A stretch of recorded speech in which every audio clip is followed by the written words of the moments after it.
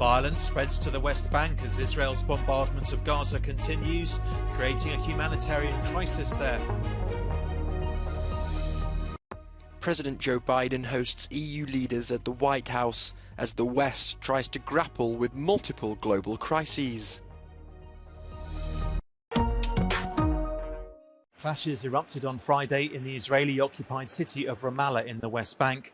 Angered by Israel's bombardment of Gaza, Palestinians burnt tyres and threw stones at Israeli security forces. Meanwhile, Israeli soldiers raided the Nur Shams refugee camp outside the West Bank city of Tulkarm. The Israeli military released a video of the raid, saying over 20 wanted persons were arrested and over 12 terrorists were eliminated. In Gaza, Israel's bombardment continued. More than 4,100 Palestinians have been killed by the Israeli military since the war began, the health ministry in Gaza said, and over 13,000 people have been injured. On Thursday, Israel destroyed a Greek Orthodox church in Gaza City, the oldest church still in use in the Gaza Strip. Its military said it had targeted a Hamas command center nearby. The health ministry said 16 Palestinians were killed. رسالتنا رسالة محبة والسلام رغم كل اللي صار، رغم الشهداء اللي نزلت دمائهم الآن يمتزج الدم الإسلامي بالدم المسيحي. جيش الدفاع لن يفرق بين مسجد أو كنيسة أو مستشفى.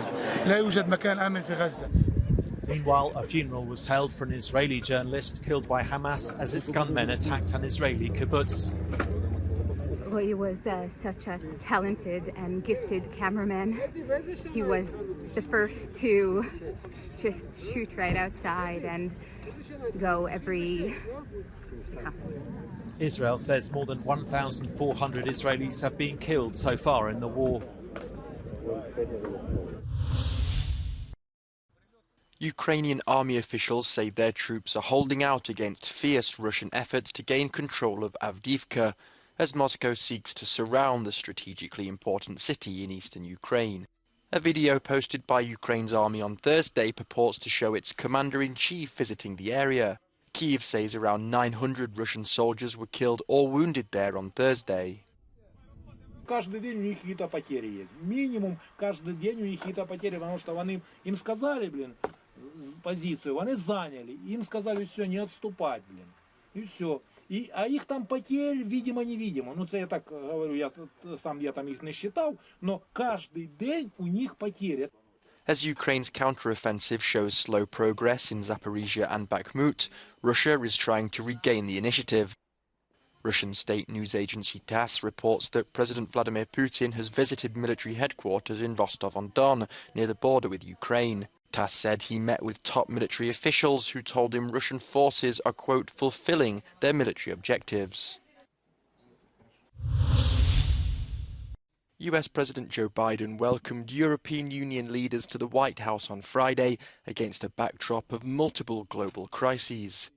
In a meeting, leaders stressed the importance of preventing regional escalation in the Middle East.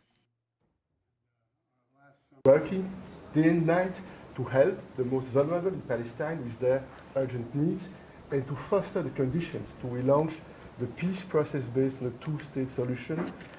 The United States and the European Union are both significantly increasing their humanitarian aid to civilians in Gaza. This is crucial in view of their suffering.